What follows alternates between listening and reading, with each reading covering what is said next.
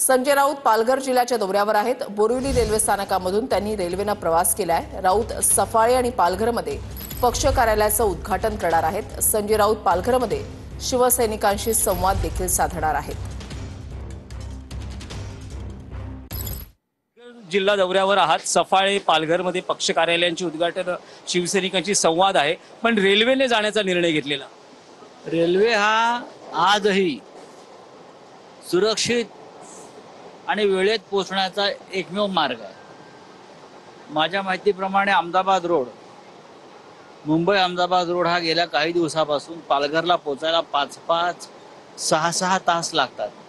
भारत जगामध्ये आमच्या विश्वगुरूंच्या नेतृत्वाखाली सुपर पॉवर बनणार आहे, पण चांगले रस्ते नसतील तर सुपर पॉवर कसा बनणार? काँग्रेस राज ठाकरेंना सोबत घेऊ इच्छित नाही अशी माहिती समोर येते आहे, काय तथ्य आहे?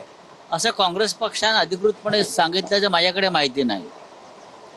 भारतीय जनता पक्षाचा पराभव करण्यासाठी महाराष्ट्रात आणि देशात ज्या ज्या शक्ती आमच्या सोबत येतील, मग राज्यामध्ये महाविकास आघाडी, केंद्रामध्ये इंडिया ब्लॉक, त्या सगळ्यांना सोबत घेण्याची भूमिका ही राहुल गांधींची आहे। भले अधिकृत घोषणा नसली तरी राज ठाकरे आणि उद्धव ठाकरे हे स्थानिक स्वराज्य संस्था आणि मुंबई महापालिका आणि अन्य महापालिकांसाठी एकत्र येत आहेत। आम्ही दोघे एकत्र आलेलोच आहोत ना। उद्धव आणि राज ठाकरे यांना एकत्र येण्यापासून दुसरं कोणी रोखू शकत नाही, किंवा इतरांच्या भूमिकांवर उद्धव आणि राज ठाकरे यांचं एकत्र येणं हे ठरणार नाही। म्हणजे अगदी काँग्रेस जरी असेल तरी मी बोलो हा दोघांचा निर्णय, ते एकत्र आलेले आहेत, एक मजबूत आघाडी निर्माण होते का युती निर्माण होते। अशा वेळेला भारतीय जनता पक्षाचा पराभव करण्यासाठी इतर पक्षांची जर साथ आम्हाला मिळणार असेल तर आम्ही त्यांचं स्वागत करू। महाविकास आघाडी ही कायम आहे।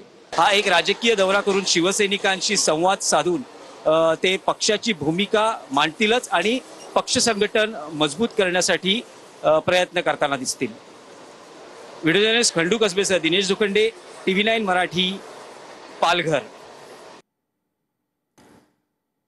तर सफाळे रेल्वे स्थानकावर आता संजय राऊत हे पोहोचलेले आहेत आणि कार्यकर्त्यांची मोठी उपस्थिती त्यांच्या स्वागतासाठी।